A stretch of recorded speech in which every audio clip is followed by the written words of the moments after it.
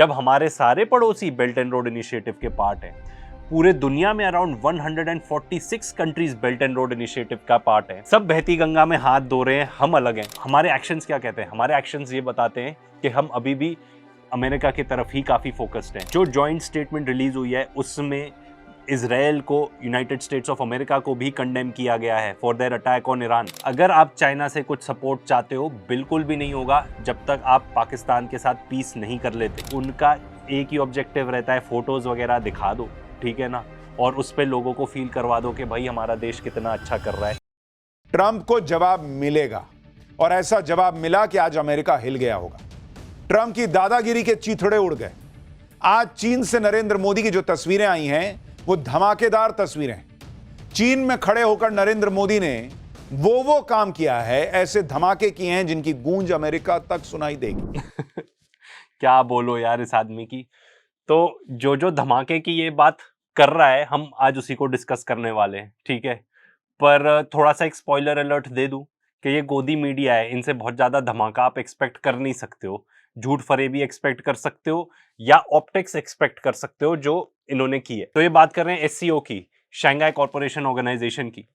अब इन्होंने पूरे अपने सेगमेंट में ये तो बताया नहीं कि एससीओ है क्या चीज, ठीक है, शायद खुद भी ना समझते हो, तो हम भी पहले बता देते हैं कि एससीओ क्या चीज है। तो बेसिकली एससीओ बनाया गया था 2001 में, एंड जो इसके फाउंडिंग मेंबर्स थे वो थे Kazakhstan, China, Kyrgyzstan, Russia, Tajikistan and Uzbekistan. इसकी जो ऑफिशियल लैंग्वेजेस हैं वो है रशियन एंड चाइनीज, एंड इसमें 10 मेंबर स्टेट्स हैं, वो ये रही आपके सामने। 2 ऑब्जर्वर स्टेट्स हैं एंड 14 डायलॉग पार्टनर्स हैं, वो भी ये रही आपके सामने। इंडिया बना था एससीओ का मेंबर 2017 में। तो एंटोनियो गुटियरेज हैं, यूनाइटेड नेशंस के सिक्योरिटी जनरल, वो भी एससीओ तक अटेंड करते हैं। 3-5 करोगे तो देखो, फोटो दिखा रहा हूं, गाड़ी में बैठे हैं दोनों भाई साथ। अब बताओ, ट्रंप के लिए सब देखना आसान नहीं रहा होगा। इधर जला होगा, दुखा होगा, उसको तो भाई को करंट लगा होगा, क्योंकि नरेंद्र मोदी को पुतिन अपनी कार में घुमा रहे हैं। उधर शी जिनपिंग जबरदस्त स्वागत कर रहे हैं। मोदी, पुतिन और जिनपिंग की तिकड़ी ट्रंप का सारी अकड़ निकाल रही होगी। हाँ तो भाई ठीक है, हमने देख लिया कि बहुत अच्छी फोटो वोटो खिंच गई, बहुत अच्छा फोटो ऑप हो गया, फाइन। पर बात क्या हुई ये तो बताओ, निष्कर्ष क्या निकला ये तो बताएंगे नहीं, हम बताते हैं आपको। एससीओ हुई थी चाइना में, साथ ही में साइडलाइंस में इंडिया चाइना की भी मीटिंग हुई थी। एक जो particular statement prime minister Modi ने दी, उन्होंने कहा India and China are victims of terrorism. ये बेसिकली शिफ्ट है हमारी रीसेंट पोजीशन से। तो भाई शिफ्टिंग ऑफ स्टांस कैसे है? पिछले पूरे दशक से चाइना ने किन किन को ब्लेम किया है वायलेंस के लिए?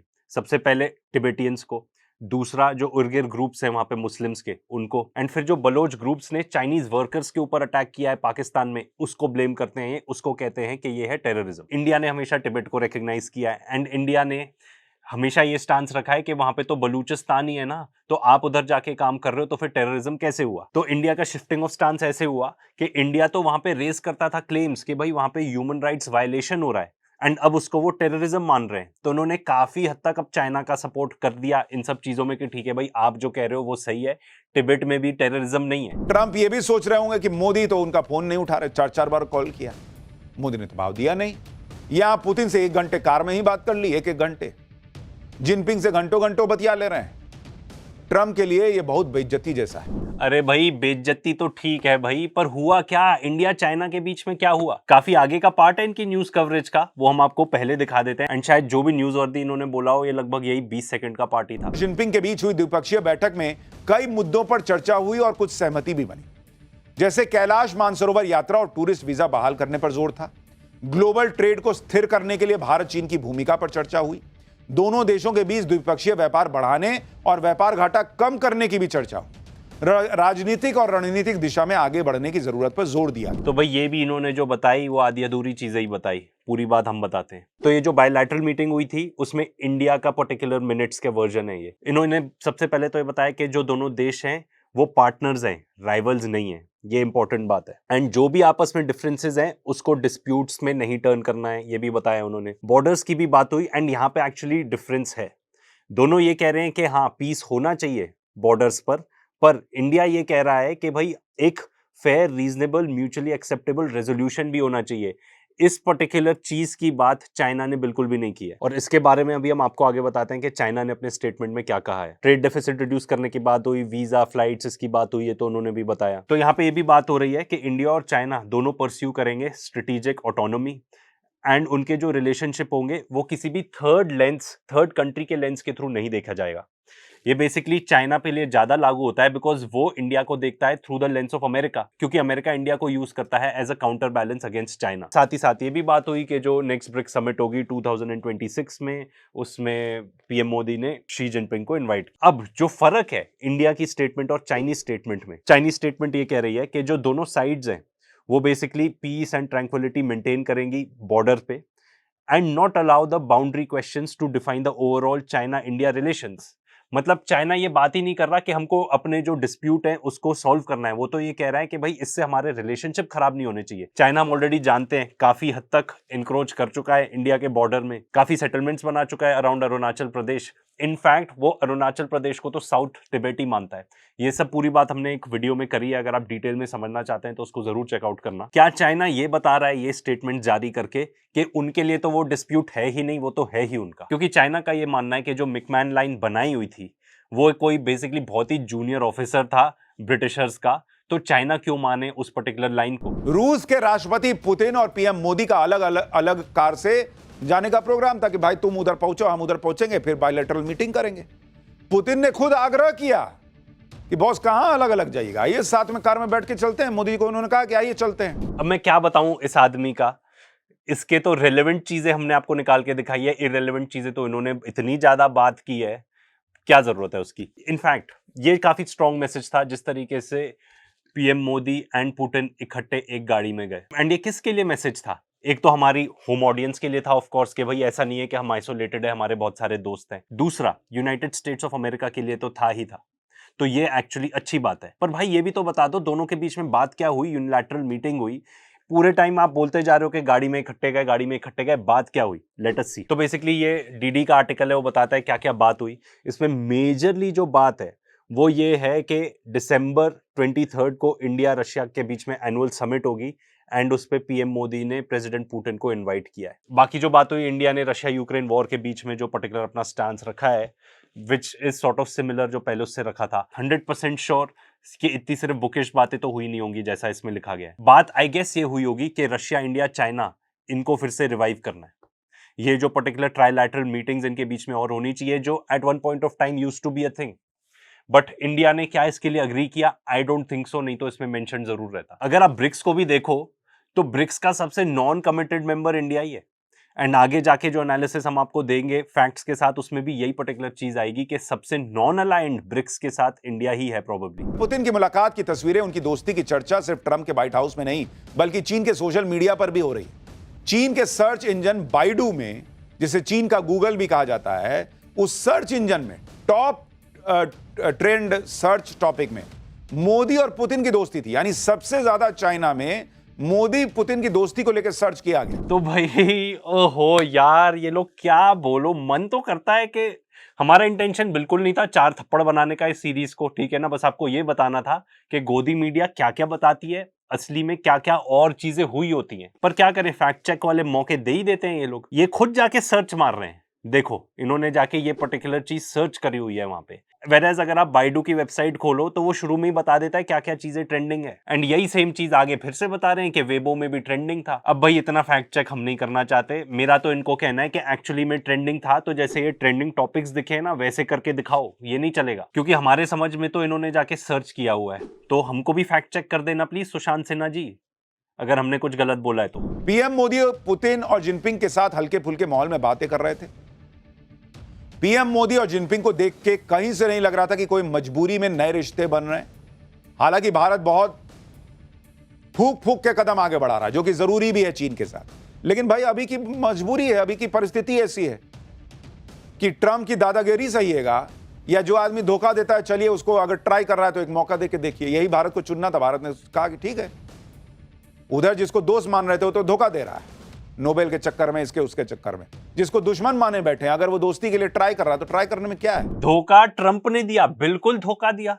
क्योंकि उसकी कितनी पूजा पाठ की, और तुम सुशांत और आपकी पूरी गोदी मीडिया एकदम ट्रंप को कितना सर पे चढ़ा के रखा था। अब तो दुनिया भर के एक्सपर्ट मान चुके हैं कि ट्रंप के टैरिफ वॉर का असली टारगेट तो चीन है। अब आप सोचिए कि भारत पर जो टैरिफ लगने की बात थी उसको तो 90 दिन का रोक दिया कि भाई चलो ठीक है, और दूसरी तरफ हम चीन पर लगा दिया 125% का टैरिफ। अब इसमें भारत का फायदा कितना ज्यादा है ये समझना कोई रॉकेट साइंस तो है। तो भाई इंडिया चाइना के बीच में इतनी जो बातचीत हुई, और आप एकदम ही बना लिया कि भाई शी जिनपिंग को तो बड़ा भाई बना लिया, ताऊ बना लिया, मैं तो कहूंगा ताऊ बना लिया। पहले ट्रंप ताऊ थे, उन्होंने धोखा दे दिया, तो अब शी जिनपिंग को तुमने ताऊ बना लिया अपना। ठीक है, ये सब भूल गए कि कैसे पाकिस्तान को चाइना ने पूरी मदद की थी ड्यूरिंग ऑपरेशन सिंदूर। ये सब चीजें जो हमारे फॉरेन सेक्रेटरी है मिस्टर मिस्री, उनसे भी पूछा गया था, उन्होंने ये सब चीज को पूरा अवॉइड ही कर दिया, बताया ही नहीं उस चीज का आंसर। एक चीज ऑडियंस को ये याद दिलाना चाहूंगा कि इंडिया और पाकिस्तान के बीच में जब कॉन्फ्लिक्ट था, तब हमारे जो deputy chief of army staff है उन्होंने क्या बोला था? उन्होंने कहा था कि चाइना ने इंडिया और पाकिस्तान को एकदम लाइव लैब बना दिया था। ये भी सुन लो, जरूरी है सुनना। When the DGMO level talks were going on, Pakistan actually was mentioning that we know that your such and such important sort of vector is primed and it is ready for action. I would request you to perhaps, pull it back. So he was getting live inputs as far as from China. सुना आपने? मतलब कोई भी important vector, मतलब कोई भी particular missile, कोई भी पर्टिकुलर एयरक्राफ्ट हम जरा सा इधर से उधर भी मूव करते थे, उनको लाइव इनपुट मिलता था, क्योंकि चाइनीज सैटेलाइट्स इतनी ज्यादा पावरफुल हैं। यही तो हम आपको बता रहे हैं इतने टाइम से इस चैनल पर। और भाई जो पाकिस्तान क्लेम कर रहा है कि उन्होंने हमारी ब्रह्मोस मिसाइल्स का स्टॉक उड़ा दिया था, this is what they are claiming. I don't know वो सही है कि नहीं, but it can be true, क्योंकि जब उनको इतनी माइन्यूट डिटेल पता थी कि भाई एक मिसाइल यहां से उधर मूव हो रही है कि नहीं, तो भाई पूरे के पूरे स्टॉक पाइल का भी पता हो सकता है ना। ब्यास में दे कंटेंडेड कि उन्होंने उन ब्रह्मोस मिसाइल्स का स्टॉक पाइल उड़ा दिया था। तो भाई वापस आते हैं, तो भाई सुशांत जी सही कह रहे हैं, हमारी मजबूरी है, हमें चाइना की जरूरत है। कितनी बार तो हम आपको बता चुके हैं। हम तो इतना तक कह रहे हैं कि भाई अगर पिछला भुला के अगर आप आगे जाके चाइना जैसे कंट्री के साथ असली में दोस्ती कर सकते हो, असली में अपने चीज की जो फायदे की चीजें हैं वो उनसे ले सकते हो, तो ठीक है, क्यों नहीं, हमको करना चाहिए। हम तो उसके खिलाफ बिल्कुल भी नहीं। एंड असली बात तो ये है, हम उन पे डिपेंडेंट है कितनी चीजों के लिए, चाहे वो फर्टिलाइजर्स हो, ईवी हो, रेयर अर्थ्स हो। हमारे पास बोरिंग करने के लिए जो पर्टिकुलर मशीनरी है, टनलिंग वगैरह के लिए, वो भी चाइना से ही आती है। ये सब हमने आपको इस और वीडियो में बताया है। एंड जहां तक अमेरिका का सवाल है, उसने खुद तो हमारे ऊपर इतने टैरिफ लगा ही दिए हैं, वो यूरोप को भी कह रहा है कि उनके ऊपर टैरिफ लगाओ। तो हम इस तरीके से आइसोलेट नहीं हो सकते भाई। भारत और चीन के बीच एससीओ समिट के अलावा द्विपक्षीय बातचीत भी हुई। कुल मिलाकर एससीओ समिट से दुनिया को मैसेज चला गया है कि अब दुनिया मल्टीपोलर हो चुकी है, किसी एक देश की दादागिरी नहीं चलेगी। आप यह भी देखिए कि एससीओ समिट में चीन भारत के लिए अमेरिका से भिड़ गया। खुद चीन के राष्ट्रपति ने इशारों में ट्रंप के टैरिफ नीति की आलोचना की, जबकि अभी अमेरिका ने चीन पर अतिरिक्त टैरिफ नहीं लगाया है। चीन पर तो नरमी दिखा रहा है, लेकिन शी जिनपिंग ने अमेरिका को नहीं बख्शा, बल्कि भारत के लिए भिड़ गए उससे। शी जिनपिंग ने एससीओ समिट की शुरुआती भाषण में ही ट्रंप को सुना दिया। जिनपिंग ने अंतर्राष्ट्रीय व्यवस्था में धमकी वाले व्यवहार की कड़ी आलोचना कर दी। चीन में पीएम मोदी का जिस तरह से स्वागत हुआ है, दुनिया हैरान है। अरे भाई, सबका रेड कार्पेट के साथ स्वागत हुआ था यार, ऐसा तो ये सब मत बोलो प्लीज। एंड जहां तक ये बताने की बात है कि भाई मल्टीपोलर है वर्ल्ड, तो वो तो ब्रिक्स यही तो बताता है। ब्रिक्स क्या बताता है कि वर्ल्ड मल्टीपोलर है। यहाँ पे एक देश की नहीं चलेगी, जो बेसिकली आज के डेट में अमेरिका अपना सिस्टम चला रहा है। वो यही तो है कि भाई एक रेजीम सबसे सर्वश्रेष्ठ है। ये भी बता दो जरा कि एससीओ को कौन लीड करता है? चाइना लीड करता है। हमने वीडियो के स्टार्टिंग में ही बता दिया था। तो भाई चाइना क्या कह रहा है? चाइना ये कह रहा है कि भाई मल्टीपोलर वर्ल्ड है, बट यूनिपोलर एशिया है। एशिया को इकट्ठे रहना पड़ेगा, और एससीओ का मतलब ही पूरा यही है। बट इंडिया फुल फ्लेजेडली कमिटेड भी नहीं है टुवर्ड्स एससीओ। इनफैक्ट जब तक इंडिया अपने पूरे इश्यूज चाइना के साथ हल नहीं कर लेता, तब तक वो एससीओ को पूरा कमिट भी नहीं करेगा। फॉर एग्जांपल, हमारे बीच में जो बॉर्डर डिस्प्यूट्स हैं, क्या उसके बारे में कोई बातचीत हुई? आपने कुछ ऐसा बताया नहीं, ठीक है। दूसरा, फंडिंग। हमारे यहाँ एफडीआई इतनी ज्यादा गिर गई है, हमें सख्त जरूरत है एफडीआई की। एंड हमारी जो फाइनेंस मिनिस्टर है वो भी बोल चुकी है कि चाइनीज डायरेक्ट इन्वेस्टमेंट की भी जरूरत है, हमको उसकी तरफ देखना चाहिए। सैडली बायलैटरल मीटिंग को देख के ऐसा लगता है कि ऐसे कुछ मेजर स्टेप्स उठाए ही नहीं गए इंडिया और चाइना के बीच में। ऐसा लगता है जैसे अभी तक चल रही थी चीजें वैसे ही चलती रहेंगी, हम चाइना पे डिपेंडेंट ही रहेंगे, अनलेस हम अपने यहाँ पे मेजर चेंजेस कर लें।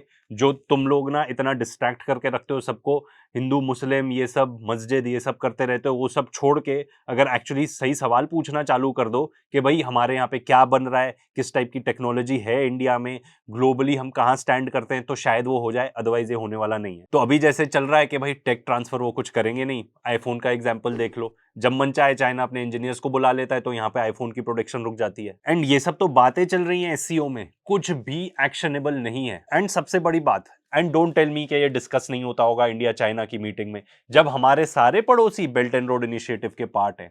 पूरे दुनिया में around 146 countries belt and road initiative का पार्ट है। सब बहती गंगा में हाथ धो रहे हैं, हम अलग हैं। ऐसा क्यों?